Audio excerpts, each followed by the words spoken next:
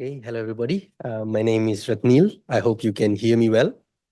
Just to give a brief overview about who I'm working with Professor Jody Webster and Associate Professor Tristan Sells from the Geocoastal Research Group at University of Sydney. Also, I am working with Dr. Rohitas Chandra, who is trying with the Transitional AI Group at UNSW. And what I'm mainly focusing on is trying to apply machine learning models to marine environments. And in particular, this talk is going to focus on trying to apply some deep learning methods that are very common for image classification in identifying biota in the Great Barrier Reef. So that's what this talk is about. Now, why have I chosen this particular topic? First of all, we all know that our planet is mostly ocean, and most of it is very deep ocean. Now, how do we classify? It's 2 meters, 200 meters, sorry. Anything over 200 meters is classified as deep ocean because usually that's the threshold for light penetration. And why am I particularly interested in studying the ocean? It's because of its contribution to storing carbon. There's a estimate from CSIRO that the ocean stores about 3 billion tons of carbon per year, and that equates to $3 trillion worth of emission reductions just per year. So that is actually a great incentive for me, and this is one of the reasons why I chose to do oceans research. Now, the problem with oceans research is, this is a stat from UNESCO, and only 5% of the ocean has been explored in terms of analyzing all the data that there is. More has been done. 25% of the ocean has been mapped in high resolution, and all of it has been mapped in low resolution through satellite imagery. But the actual analysis of the substances, the substrates, the biota that is in the deep ocean, only 5% of work has been done. So what is happening at the moment? There's this Deep Ocean Education Institute that comprises of these three major parties: the Smith Ocean Institute, the NOAA Ocean Exploration, and the Nautilus Live Ocean Exploration Trust. Sorry, these are very difficult words for me to pronounce. But these are basically three of the major players that are trying to do deep ocean exploration through use of remotely operated vehicles. And this is just one of the ROV vehicles coming from the Smiths Ocean Institute. This is called the ROV Sebastian. And what they do is they each have their own research vessels that take various research expeditions where they drop these ROVs in points of interest and try to analyze the video footage from it. And these are just examples of some of the footage that we get from these ROVs. These are very technical equipment that are very capable in terms of imaging these organisms. So we can see they also have a collection of samples at various depths as well.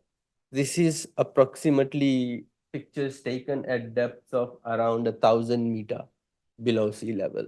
So it's very impressive to see how good this technology is doing. Now, the challenge with this is, with these expeditions, this is just the expedition from SOI. They have various expeditions around the year, and each one of those dives is approximately 4 to 5 hours long. So trying to actually analyze all of this raw video that is so long, it's very difficult.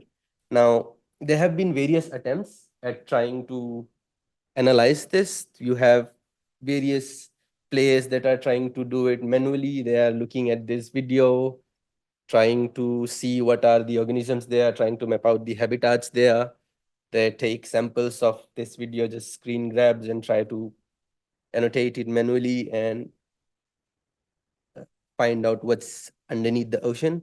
But what I'm more interested is trying to apply deep learning to automate those process of analyzing this video.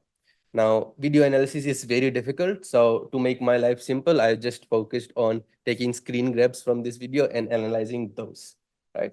So in this project, what I am mainly focusing on is trying to contribute a, not a substantial, but a small quality controlled data set that can be used to train image classifiers for predicting deep sea biota.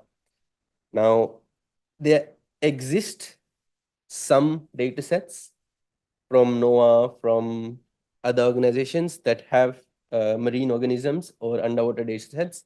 But for explicit deep sea organisms, there exist no data sets. So what I did was I worked with one of Jody's master student. She's a biologist slash marine scientist. And we looked at 6 of the dives from one of the research expeditions, FK 802. That's around the northern Great Barrier Reef.